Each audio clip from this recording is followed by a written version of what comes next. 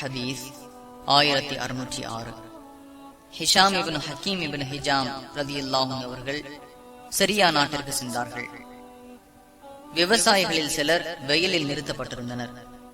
அவர்களின் தலைகளில் எண்ணெய் ஊற்றப்பட்டிருந்தது. இது என்ன என்று கேட்டார்கள். வரி கட்டாதது விஷயமாக இவர்கள் வேதனை செய்யப்படுகிறார்கள் என்று கூறப்பட்டது. மற்றொரு அறிவிப்பில் ஜிஸியா வரி விஷயமாக வேதனை செய்யப்படுகின்றனர் என்று உள்ளது. நபி ஸல்லல்லாஹு அலைஹி வஸல்லம் அவர்களிடம் நான் கேட்டுள்ளேன் என்று சாட்சி கூறுகிறேன் என்று கூறிய ஹிஷாம் ரலியல்லாஹு அன்ஹு அவர்கள், நிச்சயமாக இவ்வுலகில் மனிதர்களை வேதனை செய்வோரை அல்லாஹ் வேதனை செய்வான் என்று நபி ஸல்லல்லாஹு அலைஹி வஸல்லம் அவர்கள் கூறியதாக கூறினார்கள்.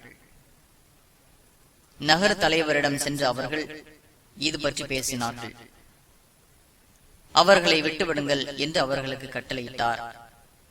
அவர்கள் விடுவிக்கப்பட்டார்கள்.